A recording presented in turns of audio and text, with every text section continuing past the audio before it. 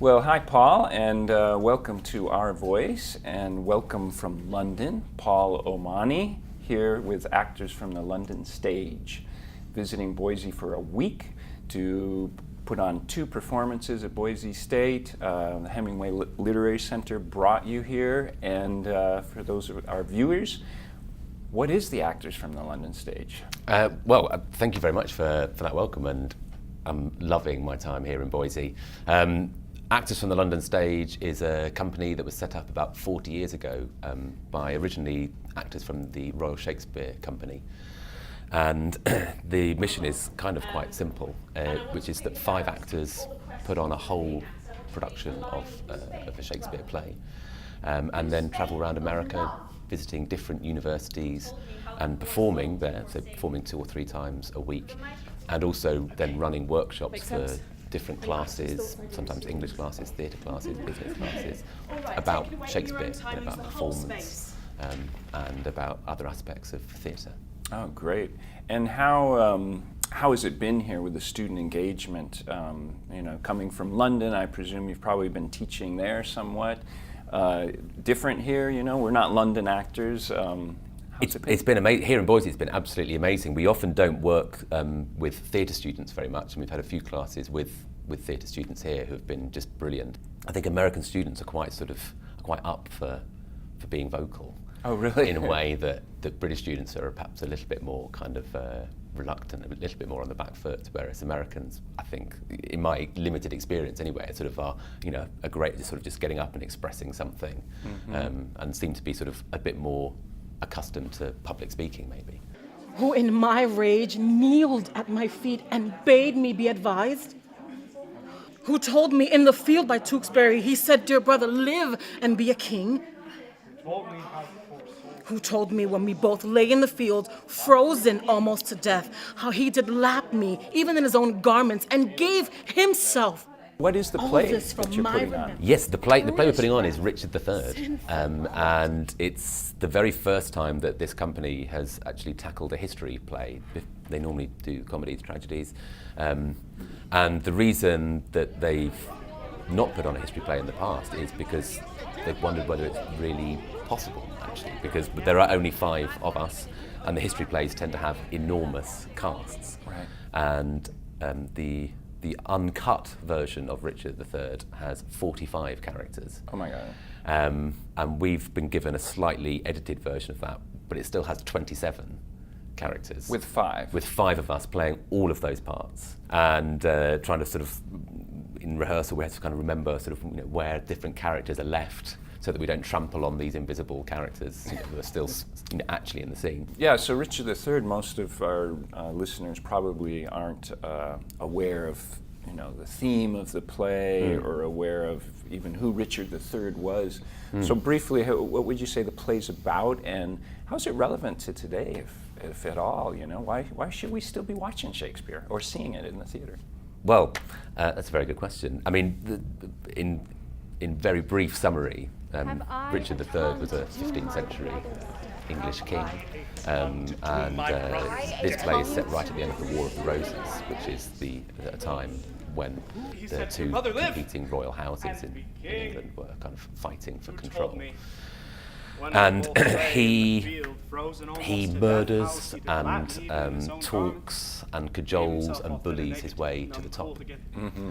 And really what the play is about is his desire for power and how he goes about getting it. And the way he goes about getting it is by manipulating people, by telling lies, by sometimes being quite charming and funny, and sometimes convincing lots of people that actually he's just a really great guy. He's one of them. Whilst secretly he's got all sorts of plots which he's laid out to become the king, and including sort of he gets his nephews bumped off, he gets his brother killed, and all of his closest allies as well fall by the wayside.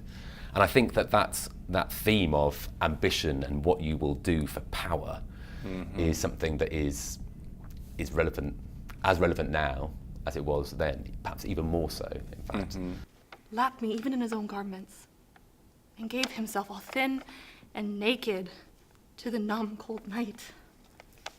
All this from my remembrance, brutish wrath, sinfully plucked, and not a man of you had so much grace to put it in my mind. Nor I, ungracious, speak unto myself, for him, poor soul. Think of love. Who told me how the poor soul did forsake the mighty Warwick and did fight for me? On you, and mine and yours for this. Come, help me to my closet. Oh, poor Clarence. In terms of performing, you have 5 of you performing 27 roles, That's which is right. just remarkable. But also, you've come here without a director, which is Yes. very unusual. And I picked you all up at the airport, and you came with a suitcase, a rather large one, but a suitcase with all your props and costumes. That's all you have. So no director, limited props, limited costumes. Yep. How is it? I mean, this has got to be very different from what you would do at a theater in London. So how is it seems very unique. How is this working out for you? Well, it is unique. It's a really amazing process. It's very unusual not to have a director, because obviously one of the things that a director gives you is a focus. And if you don't know the answer to something, you all just look to the director and hope that they have the answer and that they can kind of provide an overall structure for what you're doing. And to add to that, sort of the difficulty of some of that, none of the 5 of us knew each other before we started this. Wow. So we all just met 2 weeks or so before the first day of rehearsal to do a read through. We read it through, and then we went away, and then 2 weeks later we came back and started rehearsals. And normally on the first day of rehearsal, you'd sit around the table and the director would tell you what's happening, and there'd be a model box with the setting, and you'd have a look at some costume ideas. But there's none of that. We don't have a director, we don't have a designer of any sort, we don't have a stage manager. Everything is down to us. And so you have to quite quickly find a way that you can all work together. And I think underpinning all of that, though, is the fact that one of the freeing things about not having a director is that there isn't then some big concept that is being imposed on the play, but instead it's all about the words, it's all about the story, and just doing that as simply and clearly as possible, and really letting that come out. And people can draw their own parallels to different times and different situations, but it's our job to really sort of tell this kind of clear and amazing story. Been beholding to him for his life, yet none of you would plead for his life. Oh God. I know you have a long list of characters you performed in Shakespeare. You do primarily theater in London. Yep. So what is your favorite role, if you will? My favourite role that I've played in anything. In anything, yeah. It Yeah. doesn't have to be Shakespeare. I think actually it will be a Shakespeare, actually, because it's earlier this year I played Macbeth. Macbeth. In a 2-person production of Macbeth. A 2-person. So Macbeth would have how many? Like 30. Yes, probably about that. Yeah, and we cut that down quite a bit. Yeah, you must have. If there's only 2. There's only 2 of us. The first line's quite tricky, because when shall we 3 meet again? Yes, that's a little poses difficult. problems straight away. Right. And how do you deal with the 3 witches? Exactly. Yeah. Well, we sort of used the audience quite a lot in that and made it sort of quite interactive. Yeah, interacting with the audience. I'm trying to imagine this. In theater, you talk about the 4th wall or breaking it down between you and the audience. How would you interact?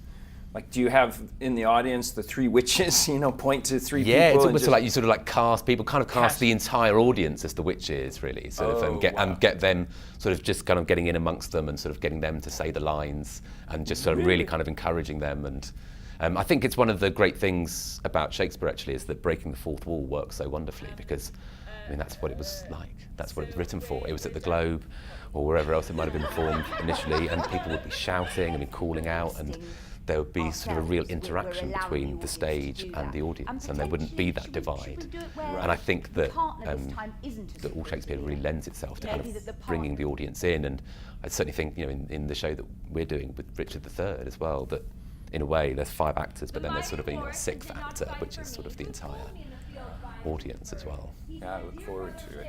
Well, thanks very much for coming to talk with us here in Boise. Hopefully you'll be able to come back again. I hope so, yeah. If our viewers want to learn more about Actors from the London Stage, how could they do that?